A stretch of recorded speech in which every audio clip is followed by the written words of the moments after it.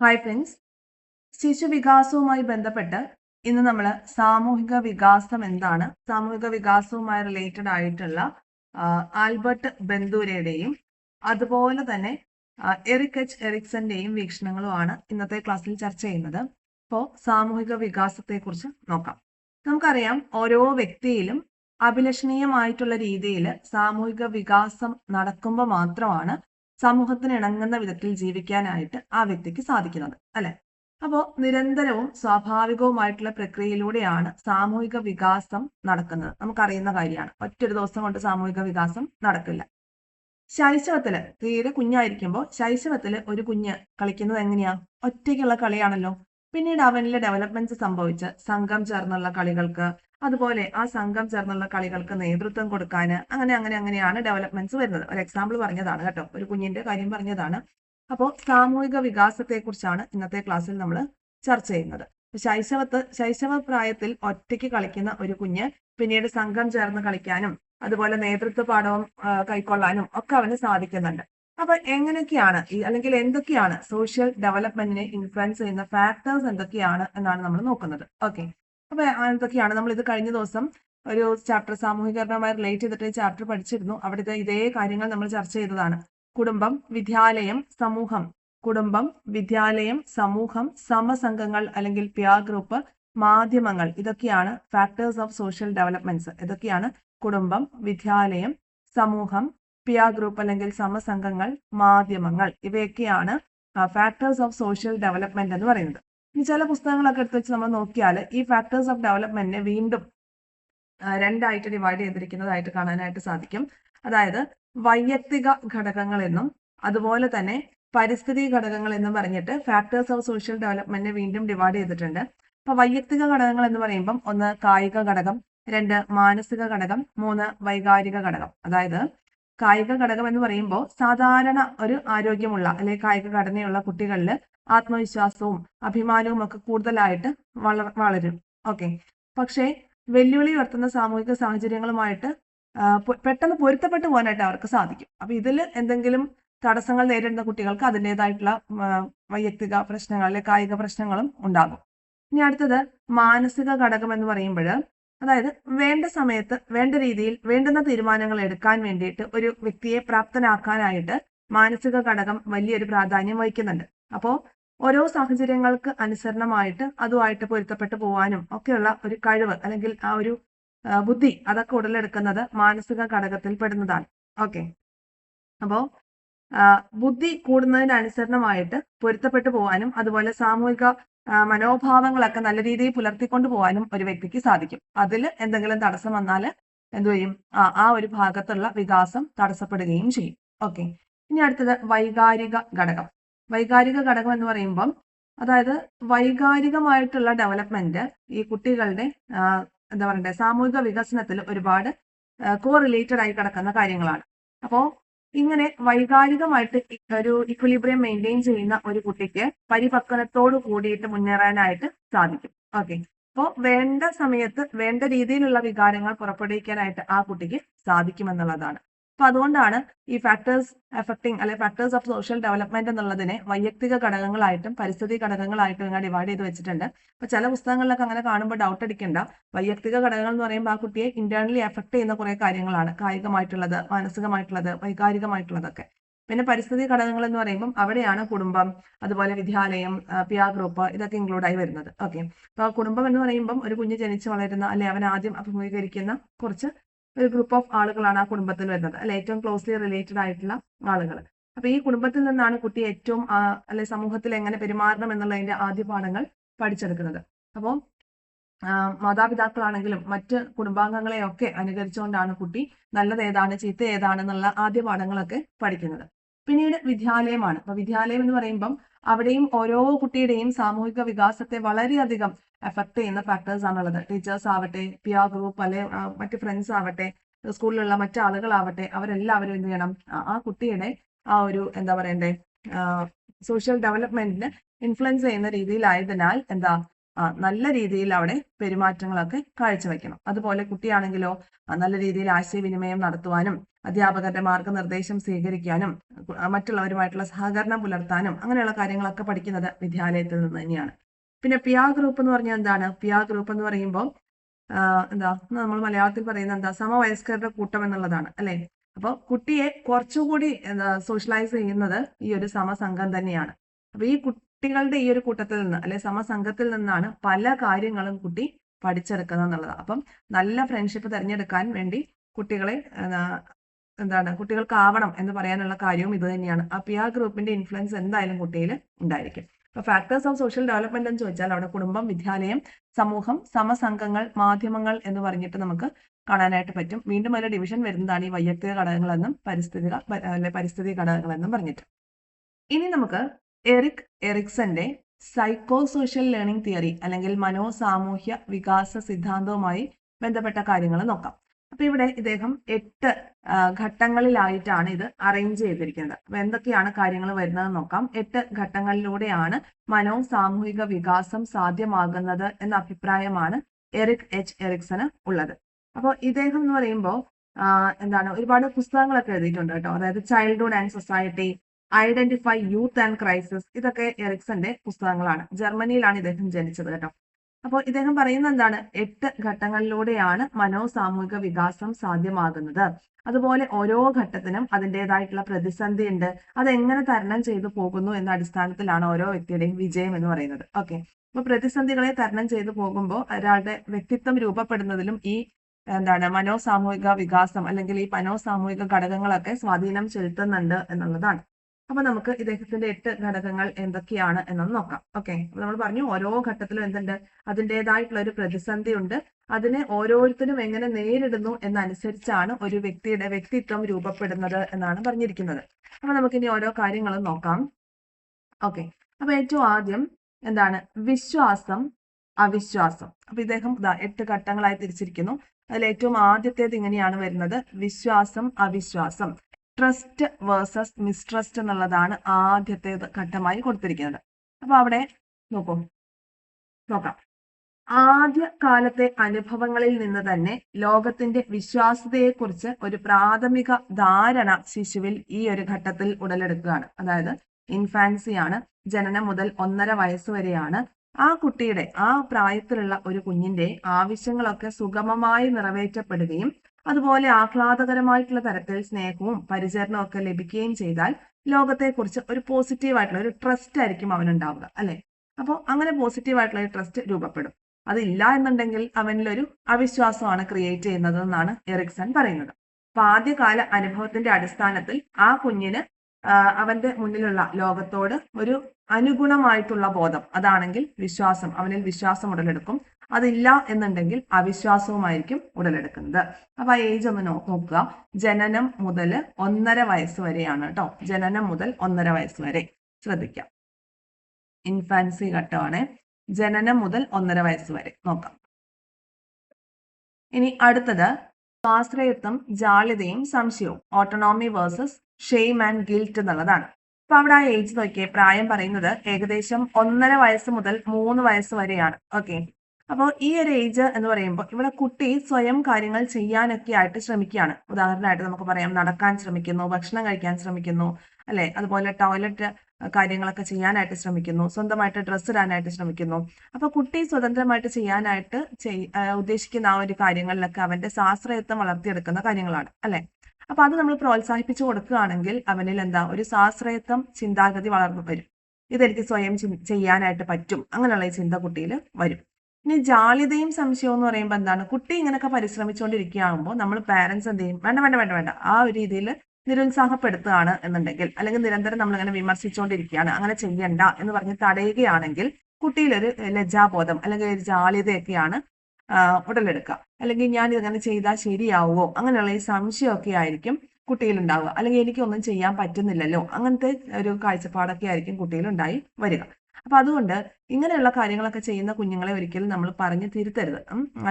സ്വയമേവ ചെയ്യാനായിട്ട് ശ്രമിക്കുകയാണെങ്കിൽ ചെയ്യട്ടെ എന്ന് തന്നെ വെക്കണം. ഓക്കെ, സ്വാശ്രയത്വം കൈവരിക്കാൻ വേണ്ടിയിട്ടാണ് അത്. അപ്പൊ ഓട്ടോണോമി അല്ലെങ്കിൽ സ്വാശ്രയത്വം കൈവരിച്ച കുട്ടികളുടെ ഒരു പോസിറ്റീവ് ആയിട്ടുള്ള ചിന്താഗതിയും ജാള്യതയും സംശയവുമാണ്, അല്ലെങ്കിൽ ഷെയിം ആൻഡ് ഡൗട്ട് ആണെങ്കിൽ അവരിൽ ഒരു നെഗറ്റീവ് ആയിട്ടുള്ള ആറ്റിറ്റ്യൂഡും ആയിരിക്കും ഉണ്ടാവുക. മനസ്സിലാവുന്നുണ്ടല്ലോ?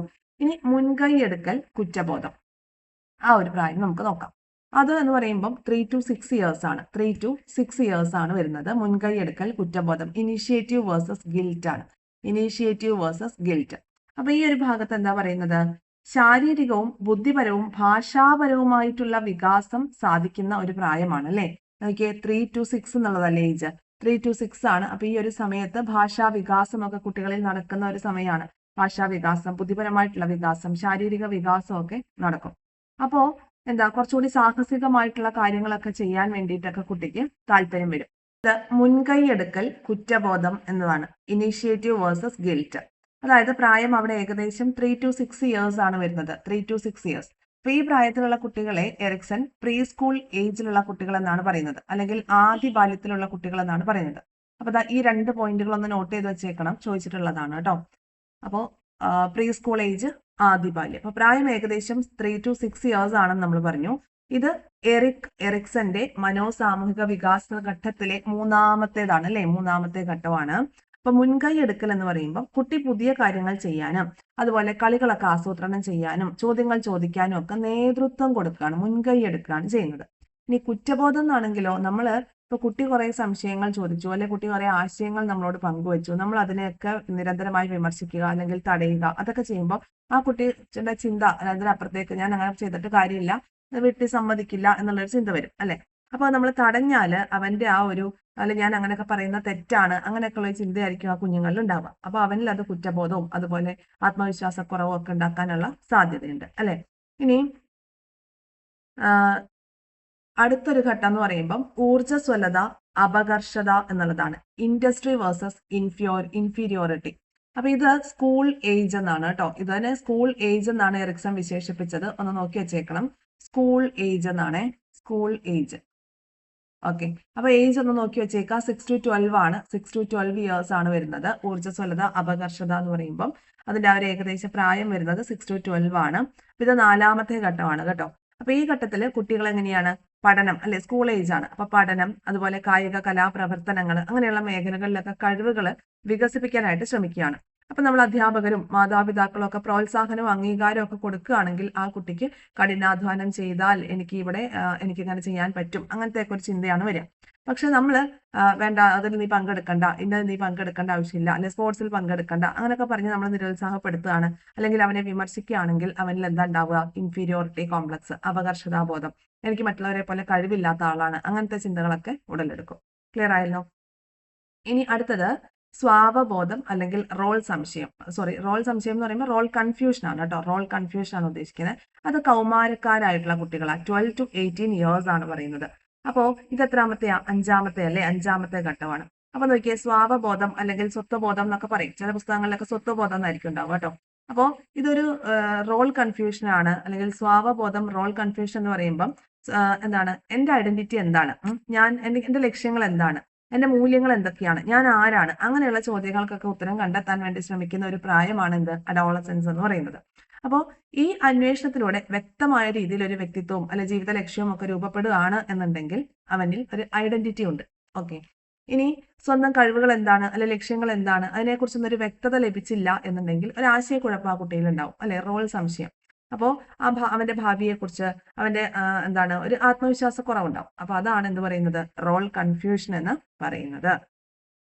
അപ്പൊ ഈ ഘട്ടം വിജയകരമായി പിന്നിടുകയാണെങ്കിൽ വ്യക്തിയിൽ എന്തുണ്ടായിരിക്കും, ഒരു ഐഡന്റിറ്റി നിലനിൽക്കും അല്ലെ. അങ്ങനെ അല്ലെങ്കിൽ അതിലൊരു പരാജയമാണ് സംഭവിക്കുന്നതെങ്കിൽ അവൻ എപ്പോഴും ഒരു റോൾ കൺഫ്യൂഷനിലായിരിക്കും. ഓക്കെ, നെഗറ്റീവ് ആയിട്ടുള്ള രീതിയിലേക്ക് വരും. ഇനി അടുത്തതാണ് ആഴത്തിലുള്ള അടുപ്പം അല്ലെങ്കിൽ ഒറ്റപ്പെടൽ എന്ന് പറയുന്നത്. ഇന്റിമസി വേഴ്സസ് ഐസൊലേഷൻ ആണ്. പ്രായം വരുന്നത് 18 to 35 ഇയേഴ്സ് ആണ്. യൗവനമാണ് അല്ലെ. അപ്പൊ നോക്കിയേ, ഇതില് ഇന്റിമസി എന്ന് പറയുമ്പോൾ മറ്റുള്ളവരുമായിട്ട് സ്നേഹവും വിശ്വാസവും പരസ്പര ബഹുമാനവും ഒക്കെ അടിസ്ഥാനമാക്കിക്കൊണ്ട് കുറച്ചുകൂടെ ക്ലോസ് ആയിട്ടുള്ള റിലേഷൻഷിപ്പ് സ്ഥാപിക്കാൻ വ്യക്തികൾ ശ്രമിക്കുന്നുണ്ട്. ഇപ്പോൾ സൗഹൃദമാണെങ്കിലും പ്രണയമാണെങ്കിലും വിവാഹമാണെങ്കിലും ആത്മാർത്ഥമായിട്ടുള്ള ഒരു പങ്കാളിത്തം ആണെന്നുണ്ടെങ്കിൽ അവനിൽ ഒരു ഇന്റിമസി ആയിരിക്കും ഉണ്ടാവുക. എന്നാൽ മറ്റുള്ളവരുമായിട്ട് അടുപ്പമുള്ള ബന്ധങ്ങൾ സ്ഥാപിക്കാൻ കഴിയാതെ വരിക, ബന്ധങ്ങളെ ഭയക്കുക, എല്ലാത്തിനോടും ഒരു ട്രോമ, അങ്ങനെയൊക്കെ ആണെങ്കിൽ ഒരു ഐസൊലേറ്റഡ് ആയി പോവുകയും ചെയ്യും അല്ലെ. അപ്പൊ അങ്ങനെയുള്ള ആളുകളിൽ സാമൂഹിക അകൽച്ചയും അതുപോലെ അല്ലെങ്കിൽ ഞാൻ ലീഡ് ചെയ്യുന്ന ആ ഒരു റിലേഷൻ അത് സുരക്ഷിതമാണോ, അങ്ങനത്തെ ചിന്തകളും എപ്പോഴും ഒരു സംശയവും അതൊക്കെ ആയിരിക്കും ഉണ്ടാവുക. ഓക്കെ, ഇനി അടുത്തത് വരുന്നത് സൃഷ്ടി അല്ലെങ്കിൽ മുരടിപ്പ്, ജനറേറ്റിവിറ്റി ഓർ സ്റ്റാഗ്നേഷൻ. സൃഷ്ടി അല്ലെങ്കിൽ നല്ല സൃഷ്ടിയും മുരടിപ്പുമാണ് കേട്ടോ. സൃഷ്ടി വേഴ്സസ് മുരടിപ്പ്. പിന്നെ ജനറേറ്റിവിറ്റി വേഴ്സസ് സ്റ്റാഗ്നേഷൻ. ഇംഗ്ലീഷ് ടേമും കൂടി നോക്കുക. മലയാളത്തിലാണ് നമുക്ക് വരിക. അപ്പൊ മലയാളം ടേംസും അറിയണം. ഇൻ കേസ് ഇംഗ്ലീഷിൽ ചോദിച്ചാൽ അതും അറിയണമല്ലോ. അപ്പൊ അതിന്റെ ഏജ് നോക്കുമ്പോൾ 35 to 60 ആണ്. ചില പുസ്തകങ്ങളിലൊക്കെ നമുക്ക് ഈ ഏജിൽ ചെറിയ ഡിഫറൻസ് ഒക്കെ കാണാനായിട്ട് പറ്റും കേട്ടോ. അപ്പൊ അത് ശ്രദ്ധിക്കുക. അപ്പൊ ഇത് എറിക്സന്റെ എന്താണ് ഏഴാമതല്ലേ വരുന്നത്, ഏഴാമത്തെ ഘട്ടമാണ് വരുന്നത്. മധ്യവയസ്സിലുള്ള ആളുകളുടെ കാര്യമാണ് പറയുന്നത്. ഇനി ഇവിടെ പറയുന്നത് എന്താ, ഇപ്പൊ ഇവരെ സംബന്ധിച്ച് മധ്യവയസ്സിലുള്ള ഒരാളെ സംബന്ധിച്ച് അടുത്ത ഒരു തലമുറ അല്ലെ, അടുത്തൊരു തലമുറയുടെ വളർച്ചയ്ക്ക്, സമൂഹത്തിന്റെ പുരോഗതിക്ക് ഒക്കെ നല്ല രീതിയിലുള്ള ഒരു സംഭാവന കൊടുക്കാൻ കഴിഞ്ഞെങ്കിൽ അവൻ ജനറേറ്റീവ് ആയിട്ടുള്ള ഒരു പേഴ്സൺ ആണ് എന്ന് പറയും അല്ലെ. ഇപ്പൊ മക്കളെ വളർത്തുക, മക്കൾക്ക് നല്ല നല്ല നിർദ്ദേശങ്ങൾ കൊടുക്കുക, സാമൂഹിക സേവനങ്ങളിലൊക്കെ പങ്കെടുക്കുക, ആ വ്യക്തി ഒരു ജനറേറ്റീവ് ആയിട്ടുള്ള ഒരു വ്യക്തിയാണ് അല്ലെ. ഇനി സ്റ്റാഗ്നേഷൻ എന്ന് പറയുമ്പോഴോ ഇതൊന്നും ഇല്ലാതെ ഒന്നിനും കഴിയാതെ, അല്ലെങ്കിൽ ഇത്രയും നാളുള്ള ജീവിതത്തിൽ ഞാൻ ഒന്നും നേടിയില്ലല്ലോ എന്നുള്ള രീതിയിൽ ഒരു സ്റ്റാഗ്നന്റ് ആയി കിടക്കുന്നത് അതിന്റെ നെഗറ്റീവ് വശം. ഇനി മനസന്തുലനം വേഴ്സസ് തളർച്ച എന്ന് പറയുമ്പം ഏകദേശം വാർദ്ധക്യത്തിലേക്ക് എത്തി, 60 above ആണ് കൊടുത്തിരിക്കുന്നത് അല്ലെ. അപ്പോൾ വ്യക്തി അദ്ദേഹത്തിന് ഇത്രയും നാളുള്ള ജീവിതം വെച്ചിട്ട് നോക്കുകയാണ്, ജീവിതത്തെ വിലയിരുത്തുമ്പോൾ എന്റെ ജീവിതത്തിൽ ഞാൻ ചെയ്തു തീർക്കേണ്ട ഡ്യൂട്ടികളൊക്കെ ചെയ്തോ, എന്റെ ജീവിതം അർത്ഥവത്തായിരുന്നോ, അങ്ങനെ ഒരു ബോധം. അപ്പോൾ അങ്ങനെ അർത്ഥവത്തായിട്ട് ആണ് മുന്നോട്ട് പോകുന്നത് എന്നുണ്ടെങ്കിൽ, അല്ലെങ്കിൽ ഞാൻ ജീവിതത്തിൽ ഇന്ന കാര്യങ്ങളിലൊക്കെ വിജയിച്ചു, എന്റെ പരാജയങ്ങളൊക്കെ ഞാൻ അംഗീകരിച്ചു, അപ്പൊ അങ്ങനെയൊക്കെ ആണെങ്കിൽ അയാൾക്ക് ഒരു മനസന്തുലനം, അല്ലെ അയാൾ ഈഗോ ഇന്റഗ്രിറ്റിക് ആണ് എന്ന് നമുക്ക് പറയാം. ഇനി അദ്ദേഹം ഒരു ഡെസ്പയർ അങ്ങനെയാണെന്നുണ്ടെങ്കിൽ എങ്ങനെയാ, ഈ ജീവിതം പാഴായി പോയല്ലോ ദൈവമേ, അങ്ങനെയുള്ള ചിന്തകളുണ്ട്. നെഗറ്റീവ് ആറ്റിറ്റ്യൂഡ് ഉള്ളവര്, അസംതൃപ്തി, ഇതുവരെയുള്ള ജീവിതത്തിൽ ഒരു തൃപ്തി കണ്ടെത്താനായിട്ട് കഴിഞ്ഞില്ല, എന്റെ ഡ്യൂട്ടികളൊന്നും ഞാൻ ചെയ്തില്ല, അങ്ങനെയൊക്കെ ചിന്തിക്കുന്ന ആളുകളിൽ എപ്പോഴും എന്തായിരിക്കും, ഒരു തളർച്ചയായിരിക്കും എന്നാണ് ആര് പറയുന്നത്, എറിക്സൺ പറയുന്നത്. അപ്പൊ അങ്ങനെ ഒരു 8 ഘട്ടങ്ങളിലായിട്ടാണ് എറിക്സൺ എന്ത് ചെയ്തിരിക്കുന്നത്, ഈ ഒരു മനോസാമൂഹിക വികാസത്തെ ചിത്രീകരിച്ചിരിക്കുന്നത്. അപ്പൊ 8 ഘട്ടങ്ങൾ നമുക്ക് ഒന്നുകൂടെ നോക്കാം. ഏജ് ബേസിസ് ആണ്, അപ്പൊ ശ്രദ്ധിക്കാം. വിശ്വാസം, അവിശ്വാസം, ട്രസ്റ്റ് വേഴ്സസ് മിസ്ട്രസ്റ്റ് ആണ്. സ്വാശ്രയത്വം വേഴ്സസ് ജാള്യത, സംശയം അല്ലെ. Autonomy versus shame and guilt ആണ്. മുൻകൈ എടുക്കൽ, കുറ്റബോധം.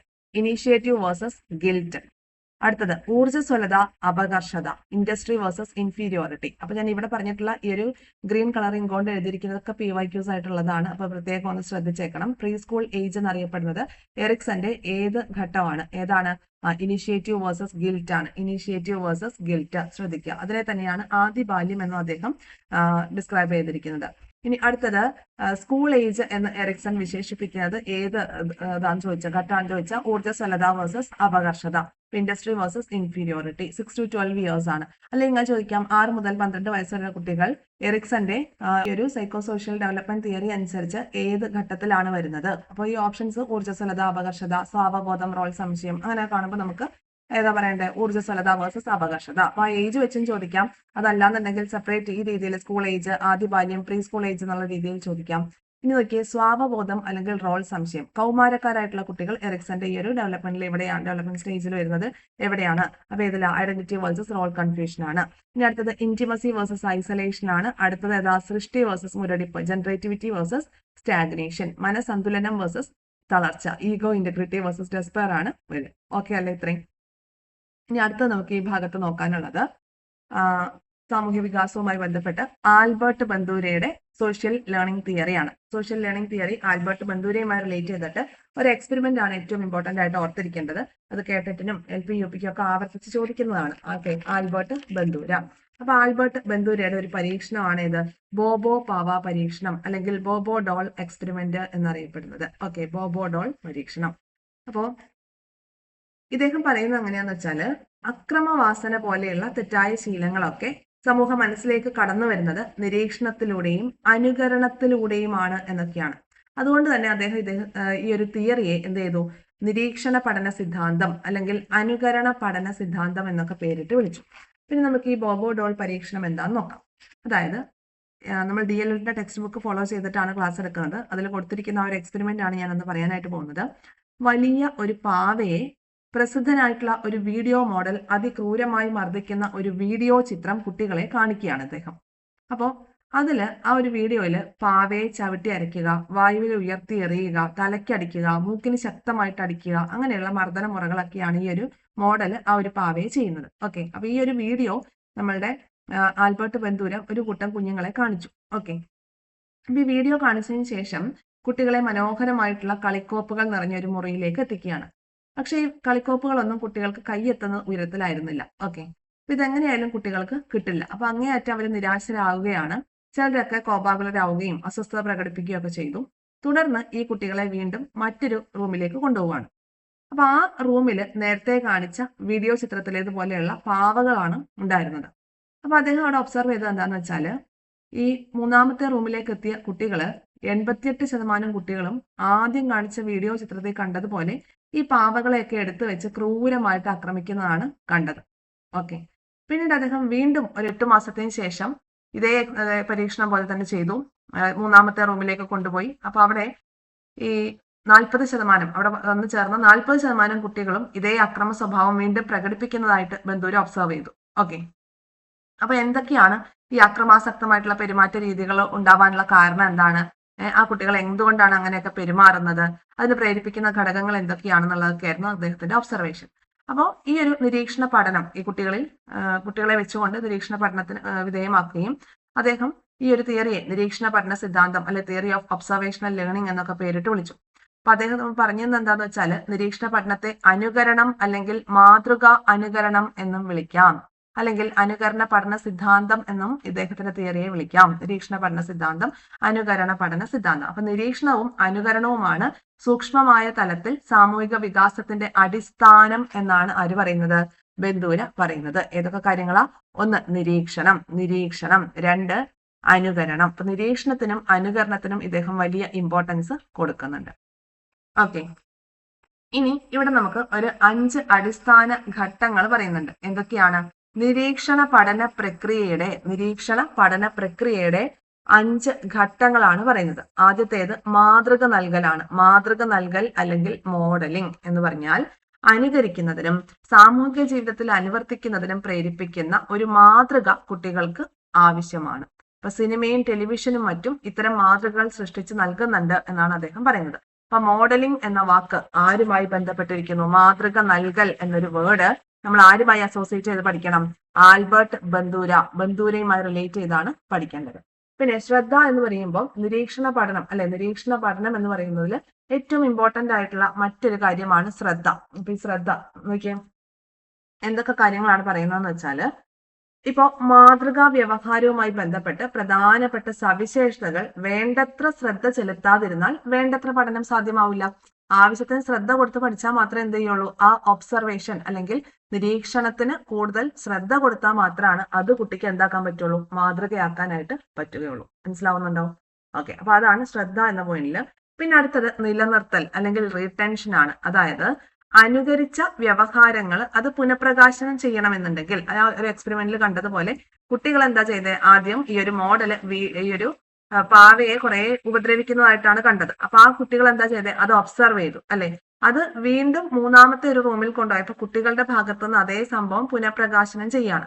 അപ്പൊ അങ്ങനെ ചെയ്യണമെങ്കിൽ ബന്ധപ്പെട്ട കാര്യങ്ങൾ വ്യക്തികൾ എന്ത് ചെയ്യണം, ഓർമ്മയിൽ സൂക്ഷിക്കണം, റീറ്റെയിൻ ചെയ്യണം അല്ലെ. അപ്പൊ മാതൃകയാക്കപ്പെടുന്ന കാര്യങ്ങളെ ഒബ്സർവ് ചെയ്യണം, അത് റീറ്റെയിൻ ചെയ്യണം, എന്നാൽ മാത്രമാണ് എന്ത് ചെയ്യുള്ളൂ, അത് അവന്റെ ആ ഒരു വ്യവഹാരത്തിൽ റിഫ്ലക്ട് ചെയ്ത് കാണുള്ളൂ. ഓക്കെ, അപ്പോ പാവയെ ഉപദ്രവിക്കാൻ നിരീക്ഷിച്ച കുട്ടികളൊക്കെ എന്താ ചെയ്തത്, ക്രമീകൃതമായിട്ടുള്ള രീതിയിൽ ആ വിവരങ്ങൾ രേഖപ്പെടുത്തി വെച്ചതുകൊണ്ടാണ് അവരെ മോഡലിംഗ് അല്ലെങ്കിൽ അത് മോഡലാക്കിയതും അതിൽ ശ്രദ്ധ കേന്ദ്രീകരിച്ചുകൊണ്ട് അല്ലെങ്കിൽ അവന്റെ ആ ഒരു ശ്രദ്ധ നിലനിർത്തിക്കൊണ്ട് പിന്നീട് അത് പുനഃപ്രകാശനം ചെയ്യാനൊക്കെ ആ കുഞ്ഞുങ്ങൾക്ക് കഴിഞ്ഞത്. ഓക്കെ, ക്ലിയർ ആയല്ലോ. ഇനി അടുത്ത പോയിന്റ് എന്ന് പറയുമ്പോൾ ചാലക പ്രകടനം അല്ലെങ്കിൽ മോട്ടോർ റീപ്രൊഡക്ഷൻ ആണ്. ഇവിടെ എന്താന്ന് വെച്ചാല് അനുകരണ മാതൃകയുടെ വ്യവഹാരങ്ങൾ അതേ രൂപത്തിൽ പുനഃപ്രകാശനം ചെയ്യാനായിട്ട് നിരീക്ഷകന് സാധിക്കണം എന്നുള്ളതാണ്. ഇപ്പൊ ഫോർ എക്സാമ്പിൾ പറയുകയാണെങ്കിൽ നമ്മുടെ ടെക്സ്റ്റ് ബുക്കിലെ എക്സാമ്പിൾ ഇന്നതാണ്. മോട്ടോർ സൈക്കിൾ ഓടിക്കാൻ ആഗ്രഹം മാതൃകയിലൂടെ സൃഷ്ടിക്കപ്പെടുകയും അത് ദീർഘകാലം മനസ്സിൽ നിലനിൽക്കുകയും ചെയ്യുന്ന ഒരാൾക്ക് അത് പ്രായോഗികമാക്കാൻ തുടർന്ന് വേണ്ടത് അതിന് വേണ്ടുന്ന ചാലകശേഷി ആർജിക്കലാണ്. മോട്ടോർ ഡെവലപ്മെന്റ് ആണ് വേണ്ടത്. എന്താണ് ഇവിടെ മോട്ടോർ, ഒരു നമുക്ക് സൈക്കിൾ ഓടിക്കാൻ അല്ലെങ്കിൽ ഒരു മോട്ടോർ സൈക്കിൾ ഓടിക്കാൻ അതിയായിട്ടുള്ള ആഗ്രഹമുണ്ട്. അത് കണ്ട് നമ്മൾ കുറെ പഠിച്ചു, പക്ഷെ കണ്ടു പഠിച്ചിട്ട് കാര്യമുണ്ടോ? പോരാ. നമ്മൾ എന്ത് ചെയ്യണം, ആ ചാലക പ്രകടനം അല്ലെങ്കിൽ അതിന് വേണ്ടുന്ന ചാലക ശേഷി ആർജിച്ചെടുക്കുകയാണ് വേണ്ടത്. ഓക്കെ, അപ്പൊ ഇവിടെ നമ്മൾ ഈ പറഞ്ഞ ബോബോഡോൾ പരീക്ഷണത്തില് പാവ പരീക്ഷണത്തിൽ എന്താ ചെയ്തേ, പാവയെ ഇടിക്കുന്നതും തൊഴിക്കുന്നതുമായിട്ടുള്ള കാര്യങ്ങൾ ആദ്യം ആ കുട്ടി കണ്ടു, അത് ഒബ്സർവ് ചെയ്തു. പിന്നീട് ഒരു ചാൻസ് കിട്ടിയപ്പം ഈ കുട്ടികൾ തന്നെ എന്ത് ചെയ്തു, പാവയെ ഇതുപോലെ ഉപദ്രവിച്ചു അല്ലെ. അതിന് വേണ്ടുന്ന കായിക ശേഷി അവരെ ആർജിച്ചെടുത്തു. അപ്പം ആ ഒരു എക്സ്പെരിമെന്റിന്റെ ഘട്ടങ്ങളാണ് ഈ പറഞ്ഞു വരുന്നത്. ഇനി അവസാനമായിട്ട് അഭിപ്രേരണ അല്ലെങ്കിൽ പ്രബലനം, മോട്ടിവേഷൻ ഓർ റീഇൻഫോഴ്സ്മെന്റ്. അപ്പോ മോട്ടിവേഷൻ ഓർ റീഇൻഫോഴ്സ്മെന്റ് എന്ന് പറയുമ്പോൾ ഒന്നുകിൽ പ്രശംസിക്കപ്പെടുക അല്ലെങ്കിൽ സമ്മാനങ്ങളൊക്കെ കൊടുക്കുക. അപ്പോൾ അങ്ങനെ നമ്മൾ പ്രശംസിക്കപ്പെടുന്ന മാതൃകകളാണ് എന്ത് ചെയ്യുക, കുട്ടി അത് അനുകരിക്കുന്നത്. ഇപ്പൊ ടെലിവിഷനിലൂടെ വീക്ഷിക്കുന്ന എല്ലാ കാര്യങ്ങളും കുഞ്ഞുങ്ങൾ വീട്ടിൽ കാണിക്കുമ്പോൾ നമ്മൾ അതിനെല്ലാം സപ്പോർട്ട് ചെയ്യുകയാണെങ്കിൽ അവർ അതിനനുസരിച്ച് കാണിക്കും. മോശമായിട്ടുള്ള കാര്യങ്ങളെ നമ്മൾ മോശമാണ് എന്ന് പറഞ്ഞാൽ അതിന് നമ്മൾ നെഗറ്റീവ് ആയിട്ടുള്ള റീഇൻഫോഴ്സ്മെന്റ് കൊടുത്താൽ കുട്ടികൾ അത് അവിടെ സ്റ്റോപ്പ് ചെയ്യും, അല്ലെ? അപ്പൊ പ്രോത്സാഹനം, അംഗീകാരം, സമ്മാനങ്ങൾ അങ്ങനെയുള്ള അനുകൂലമായിട്ടുള്ള സാഹചര്യങ്ങളിലുള്ള കാര്യങ്ങൾ അവർ ഒബ്സർവ് ചെയ്തതായിരിക്കും വീണ്ടും അവർ റിക്രിയേറ്റ് ചെയ്യാനായിട്ട് ശ്രമിക്കുക. ഓക്കെ, അത് നമ്മൾ എന്ത് ചെയ്യണം, അർത്ഥപൂർണമായിട്ടുള്ള പിന്തുണ കൂടി കൊടുക്കാനായിട്ട് ശ്രമിക്കണം. ഓക്കെ, അപ്പൊ ഇത്രയും കാര്യങ്ങളാണ് നമുക്ക് ഈ ഒരു ആൽബർട്ട് ബന്ദൂരയുടെ ഈ ഒരു ഭാഗത്ത് പഠിക്കാനായിട്ടുള്ളത്. ആൽബർട്ട് ബന്ദൂരയുടെ സാമൂഹിക പഠന സിദ്ധാന്തത്തിൽ പഠിക്കാനായിട്ടുള്ളത്. ഓക്കെ, അപ്പൊ അദ്ദേഹത്തിന്റെ ബോബോ ഡോൾ പരീക്ഷണം പ്രത്യേകമായിട്ടൊന്ന് ഓർത്തിരിക്കുക. അപ്പൊ ഇന്നത്തെ ക്ലാസ്സിൽ നമ്മൾ എന്തൊക്കെ കാര്യങ്ങളാണ് പഠിച്ചത്? അപ്പൊ ഇന്നത്തെ ക്ലാസ്സിൽ നമ്മൾ സാമൂഹിക വികാസവുമായി ബന്ധപ്പെട്ടിട്ടുള്ള കാര്യങ്ങളാണ് പഠിച്ചത്, അല്ലെ? അപ്പൊ സാമൂഹിക വികാസം, അതിൽ ആൽബർട്ട് ബന്ദൂരയുടെ കാഴ്ചപ്പാട് പഠിച്ചു. അപ്പൊ ആൽബർട്ട് ബന്ദൂരയുടെ കാര്യങ്ങൾ നമുക്ക് ഒന്നും കൂടി ഒന്ന് റിവിഷൻ ചെയ്യാം. ഓക്കെ, ആൽബർട്ട് ബന്ദൂരയുടെ പ്രശസ്തമായിട്ടുള്ള പരീക്ഷണമാണ് ബോബോ ഡോൾ പരീക്ഷണം. ഇങ്ങനെ തന്നെ ചോദ്യം ചോദിച്ചിട്ടുണ്ട്. ബോബോ ഡോൾ പരീക്ഷണം നടത്തിയത് ആരെന്ന് കേട്ടിട്ട് ചോദിച്ചിട്ടുണ്ട് കേട്ടോ. അപ്പോ ആരാണ്? ആൽബർട്ട് ബന്ദൂരയാണ്. Albert Bandura. പിന്നെ അദ്ദേഹത്തിന്റെ കുറച്ച് പുസ്തകങ്ങളുണ്ട്. ഏതൊക്കെയാണ്? Adolescent aggression, social learning theory എന്ന പേരിൽ അദ്ദേഹത്തിന് ഒരു പുസ്തകമുണ്ട് കേട്ടോ. അതൊക്കെ ഒന്ന് ഓർത്തിരിക്കുക. പിന്നെ അദ്ദേഹത്തിന്റെ ഈ ഒരു സോഷ്യൽ ലേണിംഗ് തിയറി, അപ്പോൾ ഇതില് നല്ല സോഷ്യൽ ലേണിംഗ്, സാമൂഹിക വികാസം നടക്കുന്നത് ഒബ്സർവേഷനിലൂടെയും അനുകരണത്തിലൂടെയുമാണ് എന്നൊരാശയമാണ് ഇദ്ദേഹം മുന്നോട്ട് വയ്ക്കുന്നത്. അതുകൊണ്ട് തന്നെ ഇദ്ദേഹത്തിന്റെ സോഷ്യൽ ലേണിംഗ് തിയറിയെ നമുക്ക് നിരീക്ഷണ പഠന സിദ്ധാന്തം എന്നും, ഒബ്സർവേഷണൽ ലേണിംഗ്, അല്ലെ, ഒബ്സർവേഷൻ നിരീക്ഷണ പഠന സിദ്ധാന്തം എന്നും, അതുപോലെ ഇമിറ്റേഷൻ ലേണിംഗ് തിയറി എന്നൊക്കെ നമുക്ക് പറയാം. അനുകരണ പഠന സിദ്ധാന്തം എന്നൊക്കെ ഇതിനെ പേരിട്ട് വിളിക്കാം. ഇനി ഇതിൽ 5 അടിസ്ഥാന ഘട്ടങ്ങൾ ഉണ്ടെന്ന് പറഞ്ഞു. ഏതൊക്കെയാണ്? മോഡലിംഗ്. മോഡലിംഗ്. അപ്പൊ ഈ മോഡലിംഗ് എന്ന ടേം ആരുമായി അസോസിയേറ്റ് ചെയ്തിരിക്കുന്നു? Albert Bandura. പിന്നെ ശ്രദ്ധ, റിടെൻഷൻ അല്ലെങ്കിൽ നിലനിർത്തൽ, ചാലക പ്രകടനം, അഭിപ്രേരണ, പ്രബലനം. ഇത്രയും കാര്യങ്ങളാണ് ഈ 5 അടിസ്ഥാന ഘട്ടങ്ങൾ. പിന്നെ നമ്മൾ എറിക്സന്റെ കാര്യങ്ങളൊക്കെ പറഞ്ഞിട്ടുണ്ടായിരുന്നു. എറിക്സന്റെ മനോസാമൂഹിക വികാസത്തെ 8 ഘട്ടങ്ങളായി തിരിച്ചു. വിശ്വാസം, അവിശ്വാസം, സ്വാശ്രയത്വം, ജാള്യതയും സംശയവും, മുൻകൈയെടുക്കൽ, കുറ്റബോധം, ഊർജ്ജസ്വലത, അപകർഷത, സ്വാവബോധം, റോൾ സംശയങ്ങൾ, ആഴത്തിലുള്ള അടുപ്പം, ഒറ്റപ്പെടൽ, സൃഷ്ടി, മുരടിപ്പ്, മനസന്തുലനം, തളർച്ച. അപ്പോൾ ഇന്നത്തെ ക്ലാസ്സിൽ നമ്മൾ ചർച്ച ചെയ്ത ഈ കാര്യങ്ങളെല്ലാം മനസ്സിലായി. സാമൂഹിക വികാസം കംപ്ലീറ്റ് ആയി മനസ്സിലായി എന്ന് വിശ്വസിക്കുന്നു.